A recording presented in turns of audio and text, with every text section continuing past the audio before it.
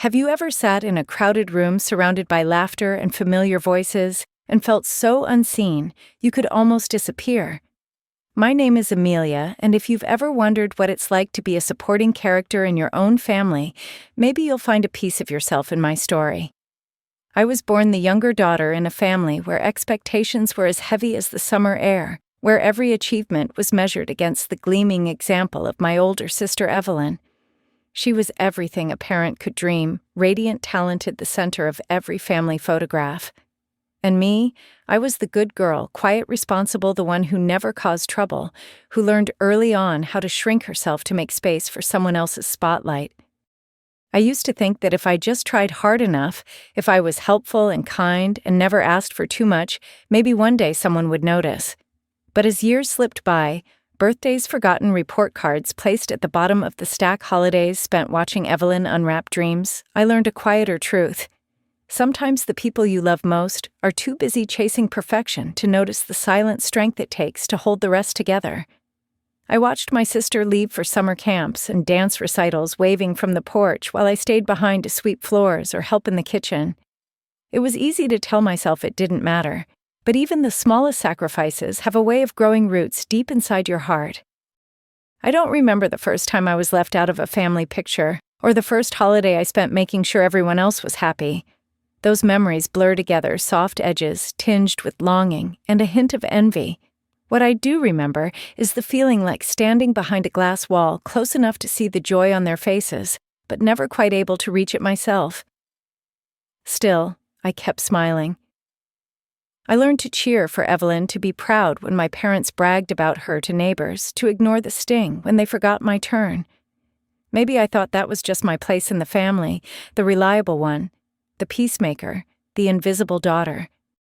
If you're listening and recognizing yourself in these words, I want you to know you're not alone. There's a quiet power in being the one who notices, who remembers, who carries the weight that others take for granted. My journey isn't about perfect endings or dramatic confrontations. It's about discovering that sometimes your worth isn't measured by applause or acknowledgement, but by the courage it takes to step out of the shadows and claim your own story. Today, I want to share that story with you. Maybe together we can find the light that's been waiting just out of reach all along. Looking back, it's almost funny how easily I accepted the label of the good girl. Maybe it started because I loved seeing my mom's tired smile after a long day, or because I craved any scrap of praise that wasn't already claimed by Evelyn. Whatever the reason, I learned early to say yes to cover shifts at our family's corner store, when Dad needed an extra hand to give up my weekends so Evelyn could pursue ballet lessons, and to shoulder the blame when tempers flared at home. It was never spoken out loud, but the message was clear. Keeping the peace meant putting my own dreams on hold. And every time I stepped aside, I told myself it was only temporary, that my turn would come, as long as I didn't rock the boat. Real life, of course, doesn't work that way. I remember one spring when I was 16, my friends planned a camping trip for Memorial Day weekend. I had saved up for months, babysitting, running errands, whatever I could do. The night before we were supposed to leave, Dad asked if I could help at the store. Just this once, he said, already knowing I would agree. I called my friend's voice shaky and lied that I was sick. Later that weekend, scrolling through their sun-drenched photos, I felt the dull ache of missing out. But by the time Monday rolled around, I had convinced myself I didn't mind. That was my way. I became an expert at quieting disappointment, packing it away like winter sweaters on a high shelf. Sometimes being the good girl means becoming invisible, not just to others but to yourself. You start to believe that your needs are smaller, that your dreams matter less. And when you spend years making sacrifices in secret, it's easy to lose track of what you even want anymore. For me, it wasn't just the big things like college visits I skipped so Evelyn could travel to New York. It was the dozens of small choices, giving up my favorite seat at the dinner table, pretending not to care when Evelyn got the family car on prom night, letting my parents' approval of her become the air I breathed. I kept hoping someone would notice, would thank me, or maybe ask what I wanted, but gratitude rarely finds those who never ask for it. It took me longer than I care to admit to understand that sacrifice, when expected and unacknowledged, isn't really kindness, it's self-abandonment.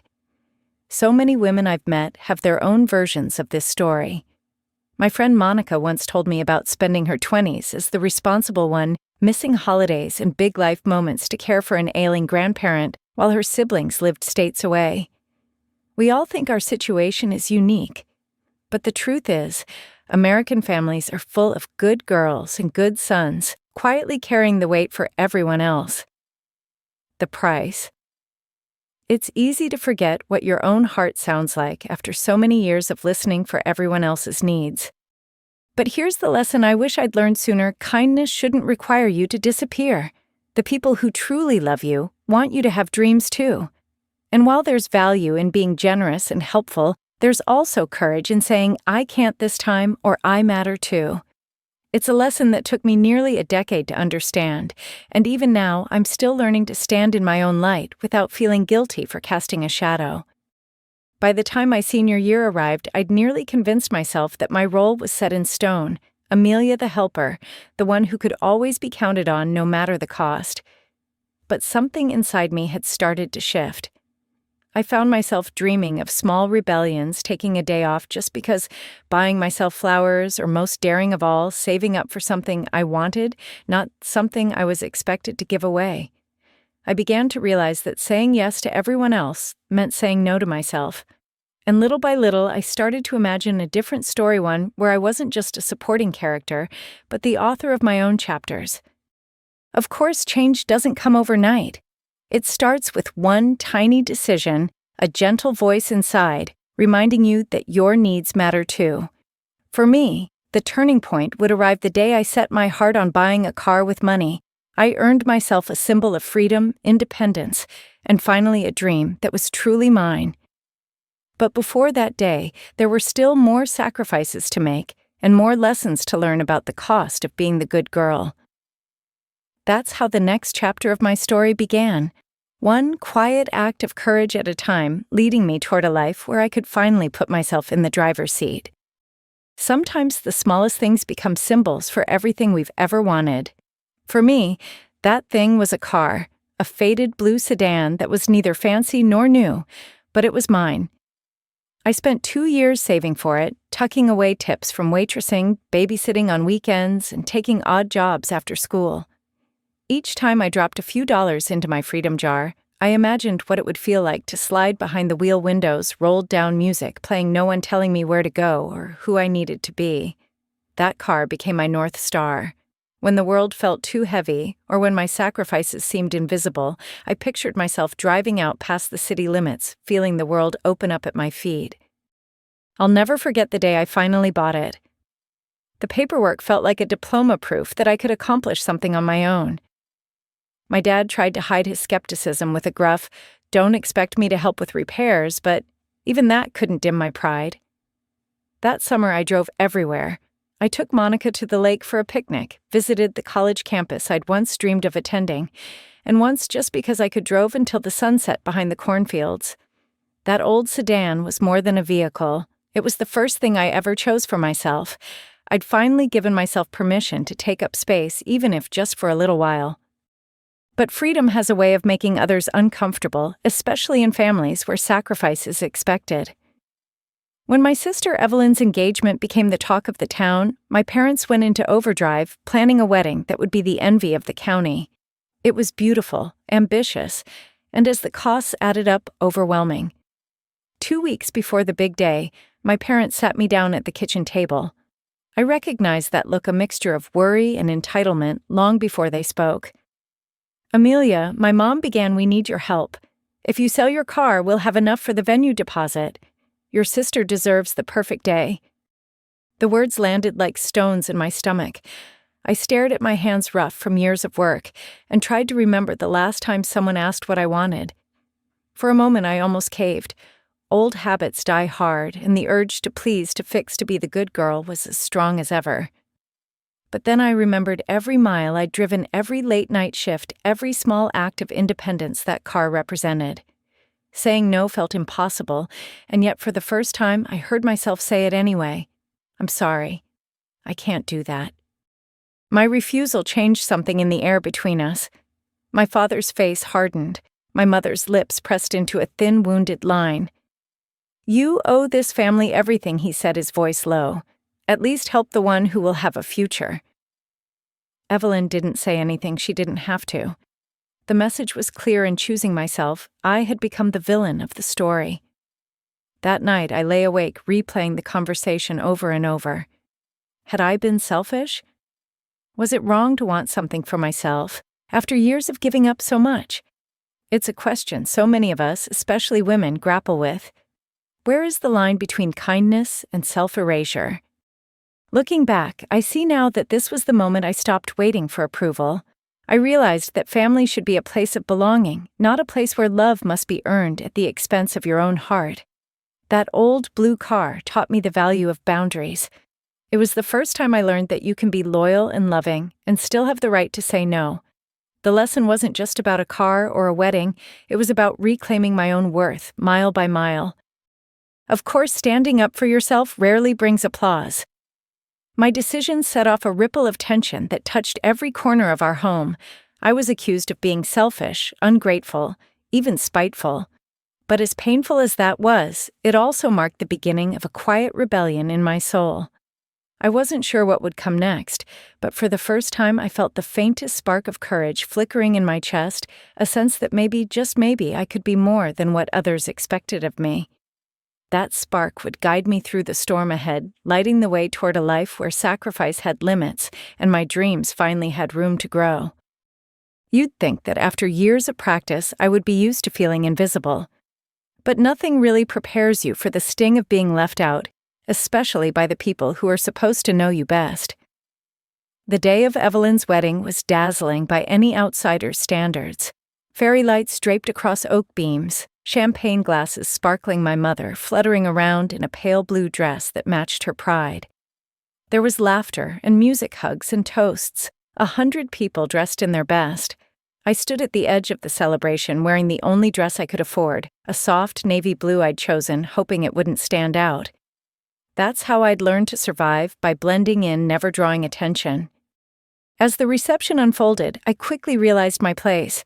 My name wasn't on the seating chart. Someone found me a chair near the kitchen, where I could watch waiters slip in and out with trays of tiny cakes. People passed by, some with polite smiles, others not meeting my eyes at all. My aunt leaned over and whispered, "At least you're here, dear." I nodded, pretending not to notice the pity in her voice. I watched my mother adjust Evelyn's veil, her hands gentle, her face radiant with the kind of love I'd always yearned for. It should have been a happy day, but I felt like a guest at a party where I didn't quite belong. There's a peculiar ache in being present, but unseen in listening to speeches about family sacrifice and knowing you're the one written out of the script. When my father raised his glass and toasted to Evelyn, our shining star who always puts others first, I swallowed hard, remembering all the ways I'd put others before myself. The applause echoed, and I realized no one would ever clap for the quiet, unseen work of holding a family together. It was a lesson I'd learned too well. Those who make life easier for others are rarely celebrated, especially when their sacrifices are silent. The sharpest pain came during the family photo session. "Just immediate family, please," the photographer called. I hesitated, waiting for someone to wave me over, but my mother looked right through me, fixing Evelyn's hair for the camera. My father nodded toward the buffet, a silent signal to move along. As I stepped aside, I caught Evelyn's smirk, a fleeting moment that stung more than all the rest. "Maybe if you'd sold that car, you'd be in the picture," she murmured as she walked past. I stood there rooted in place, watching the flash go off, feeling smaller than ever. It would have been easy to let bitterness take over. I could have made a scene, demanded an explanation, or pleaded for a seat at the table. But something inside me shifted. For the first time, I saw the invisible lines that had always divided us, lines drawn not by love, but by expectation, favoritism, and old habits. I realized that blending in had cost me more than I'd ever admitted. It wasn't just about a wedding or a photograph. It was about a lifetime of shrinking myself to fit the spaces left for me by other people's dreams. Maybe you've been there too, standing at the edge, watching others celebrate while you quietly keep things running in the background. It's a lonely place, and the pain of exclusion can linger far longer than any party. But here's a small lesson I've learned: being left out doesn't mean you're unworthy of belonging. Sometimes it's the people on the outside who see most clearly where things are broken and who are brave enough to start fixing them. Exclusion can be a beginning, not just an end. When I left the wedding that night, I didn't say goodbye. I walked to my car parked far from the valet lot, my heels clicking on the dark pavement. In the quiet of that drive home, I promised myself I would never again let someone else decide my worth. I didn't know exactly what would come next, but for the first time I felt the emptiness in my chest begin to fill with resolve, a quiet certainty that my story wasn't over. If anything, it was just beginning. And with every mile I put between myself and that party, I could feel the first gentle stirrings of hope for the life I wanted to build, one where I belonged to myself at last. The days after Evelyn's wedding drifted by in a quiet fog. At first, I kept replaying that night, the sting of exclusion still fresh, every small slight magnified by silence. But soon something unexpected happened. Instead of letting anger take root, I found my mind wandering back, sifting through old memories, seeing them now with new eyes. It's strange how a single moment of rejection can cast a different light on everything that came before. Suddenly, I started noticing the pattern. My sacrifices, my invisibility had been woven into the fabric of my life long before that wedding day. I remembered the Thanksgiving when I was 12, the kitchen heavy with the smell of roasting turkey. Evelyn accidentally dropped the gravy boat, and our mother's frustration flashed across the room. Before anyone could speak, I stepped forward, apologizing for bumping the counter. The moment passed, and the meal went on, but the lesson lingered. I was the buffer, the fixer, the one who made things easier for everyone else. As the years went by, those small acts multiplied, covering for Evelyn's missed chores, smoothing over arguments, volunteering for weekend shifts at the store. I told myself I was just helping out, but in truth I was making myself smaller so others could feel bigger.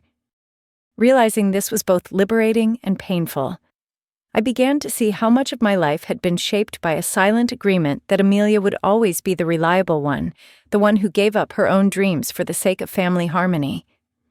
I saw it in the way my parents called me only when they needed help, or how Evelyn would send a text in the middle of the night, knowing I'd be there, no questions asked.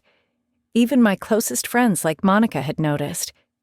"You always take care of everyone else," she'd once said, "but who takes care of you?" Back then, I just laughed. But now her words rang painfully true. It's a common story I've learned not just for me, but for so many women. We're taught that love is service, that putting others first is a virtue, that selflessness is the ultimate goal. But what gets lost in this lesson is that love, real love, should be a two-way street. It shouldn't require you to abandon yourself or to accept less than you deserve. That's the hidden danger of patterns like mine. They teach us that being needed is the same as being loved, when really, those are two very different things. It's easy to become indispensable and still feel invisible. One weekend, as autumn crept in and leaves scattered across my porch, I found an old photograph tucked inside a forgotten book. It was from a childhood trip to the lake. Evelyn was front and center, arms flung wide in the sun, my parents laughing behind her. I was there too, off to the side, half in shadow.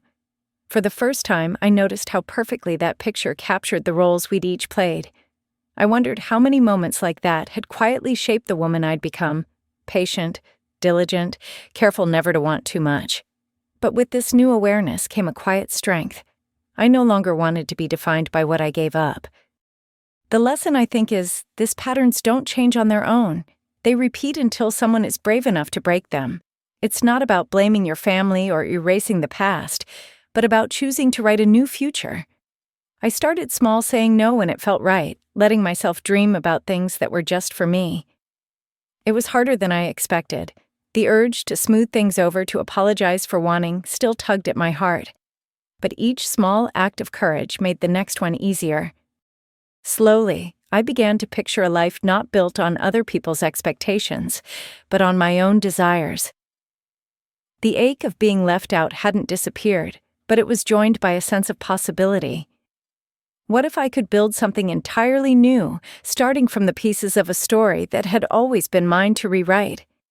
As the air turned colder and the days grew shorter, I found myself reaching for the keys to my car, not to run away, but to move forward. The next step would be learning to trust my own instincts to invest in a future where I was finally truly seen. When the old patterns at home finally became too much to bear, I found myself searching for small ways to claim a space that was truly my own. At first, it started with simple things, taking myself out for coffee on Sunday mornings, sitting by the window in my favorite bookstore, letting myself breathe without rushing back for someone else's errands. Yet even those tiny moments of freedom made me crave more. I began to wonder what my life would look like if I stopped asking permission to want things for myself. One evening, I stumbled across an online ad for a part-time delivery job. At first, I dismissed it, picturing my parents' disapproval and Evelyn's inevitable jokes. But then, I remembered the feeling of possibility every time I turned the ignition in my little blue car, the quiet confidence that came from going somewhere on my own terms. So I applied.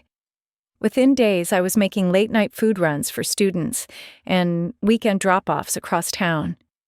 The extra cash was nice, but it was the independence I craved most, the feeling that my time, my energy, and even my small earnings belonged to me. What started as a side gig quickly became something more. I fell into the world of online auctions almost by accident after delivering a package to a quirky antiques dealer. He handed me a chipped porcelain figurine and told me everything has a story if you know how to look for it. I was hooked. I spent evenings learning the difference between vintage and retro reading forums about collectibles and testing my luck at bidding on items I thought might have hidden value.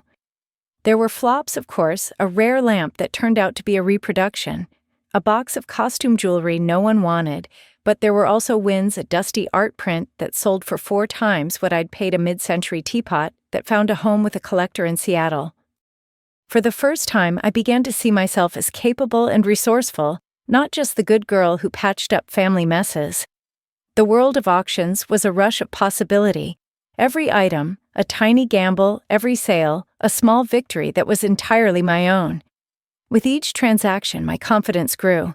I set goals for myself, kept spreadsheets, and found satisfaction in every new skill I mastered. I didn't tell my family. I was afraid they'd laugh, or worse, try to lay claim to my earnings. This was mine, built quietly with my own hands and stubborn hope. Along the way, I met others, mostly women doing the same. There was Marie, a single mom who turned garage sale flips into her main income, and Serena, who found old cameras at estate sales and repaired them on weekends. We shared stories online, swapping tips and cheering each other's wins. It dawned on me that so many people, especially women, were quietly carving out lives beyond what was expected of them. We were all rewriting what success looked like, one small risk at a time. The real lesson I found was that self-worth doesn't come from what others give you, but from what you build when no one's watching. There's pride in secret victories in forging a path outside the spotlight. And sometimes the things we keep to ourselves are the most precious little seeds of independence that one day grow into entire forests.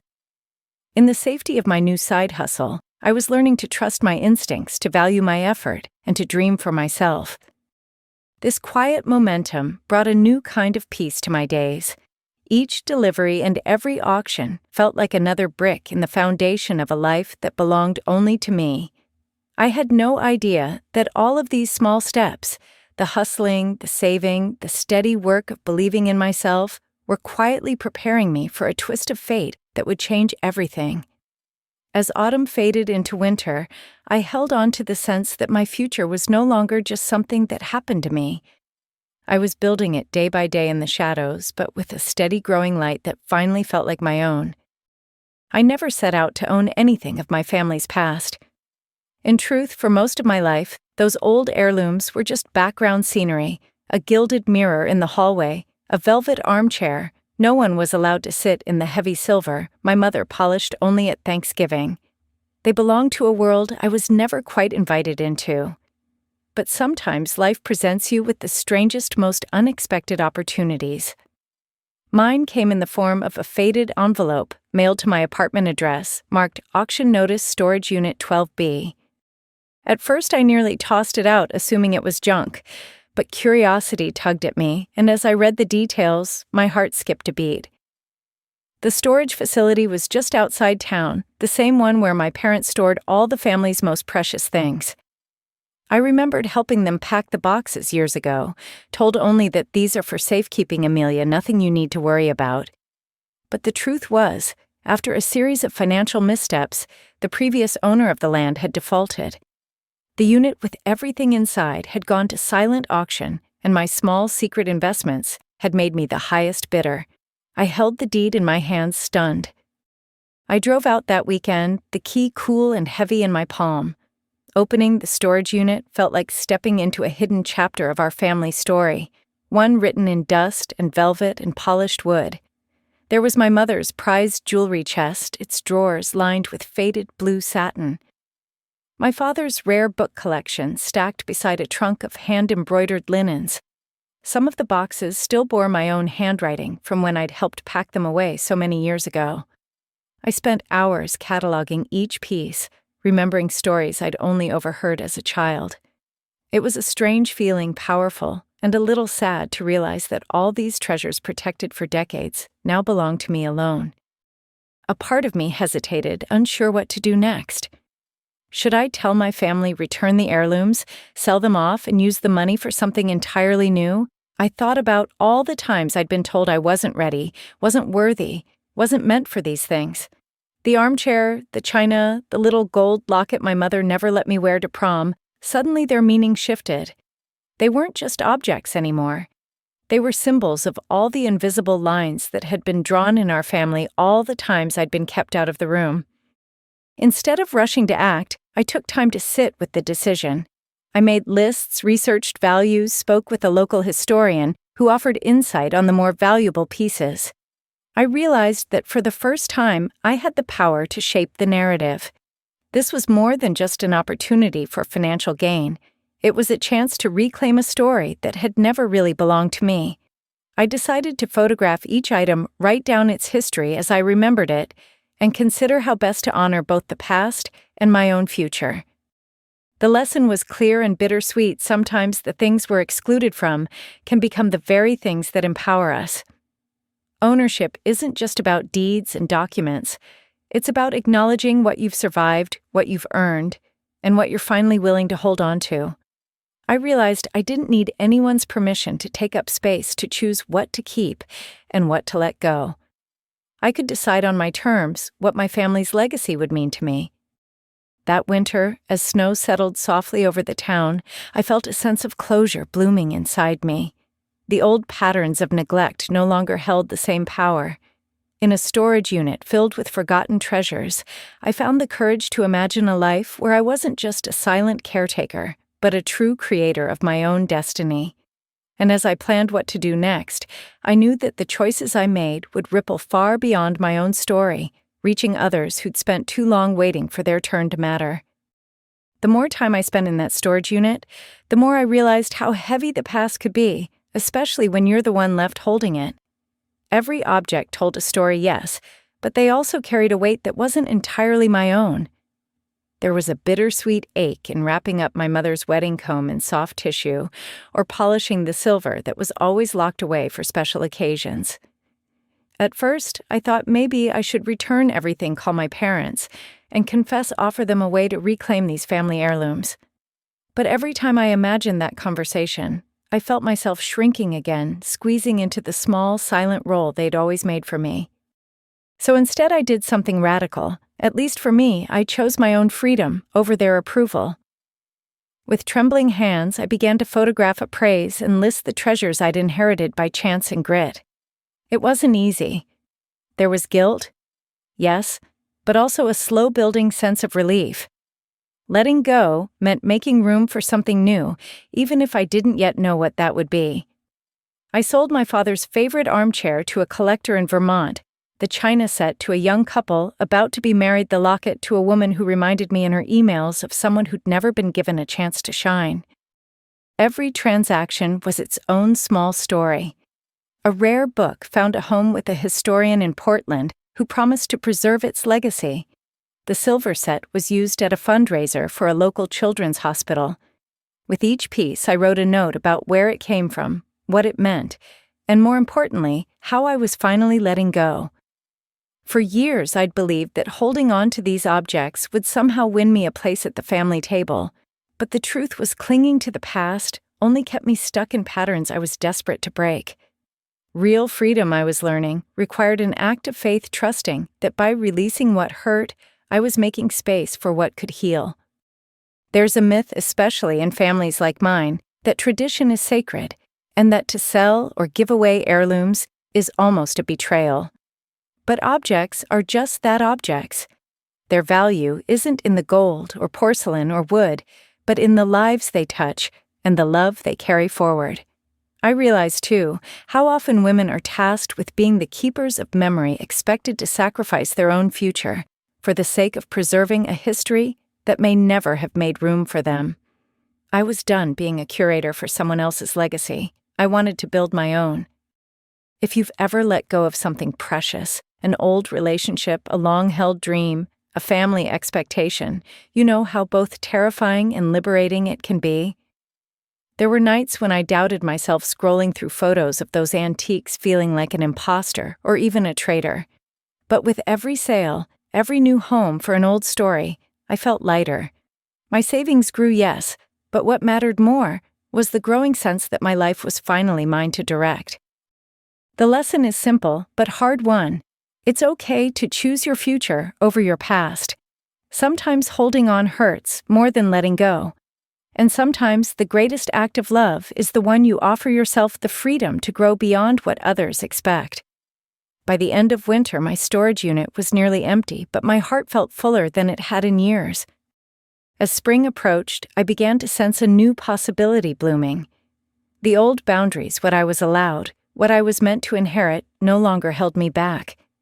I started to imagine how I might share my story, not as a cautionary tale, but as an offering to anyone who had ever felt left out or unseen.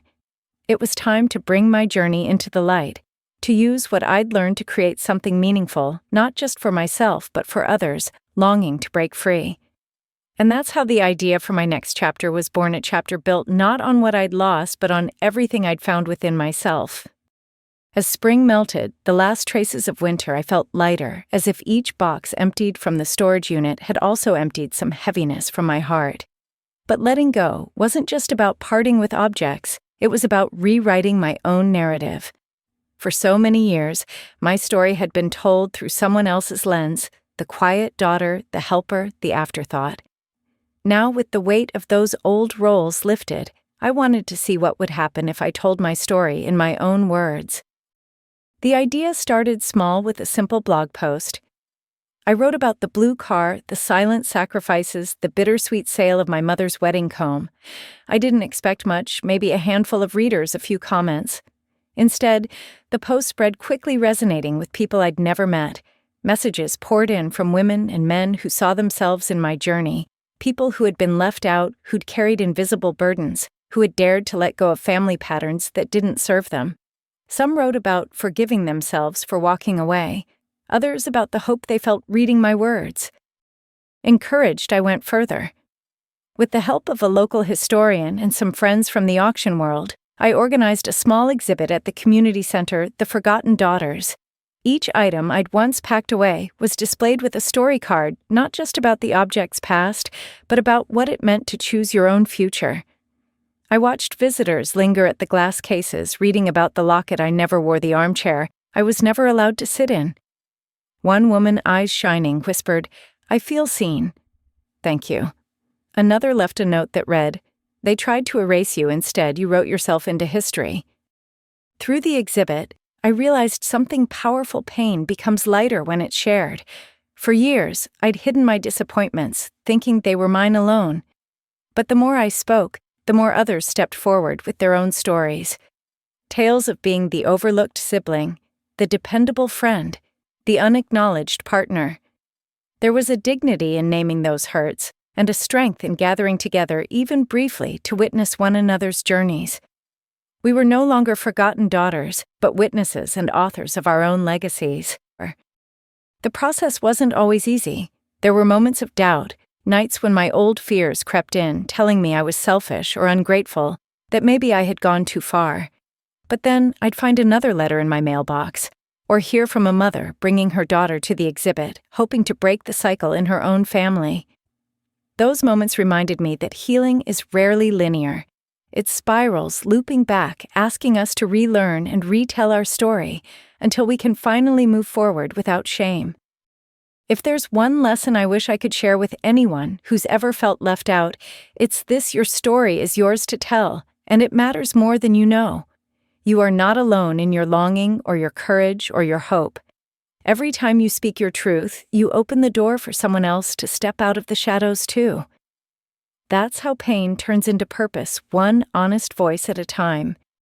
As the exhibit closed its final day, I stood in the empty gallery sunlight streaming across the polished floors and realized how far I'd come.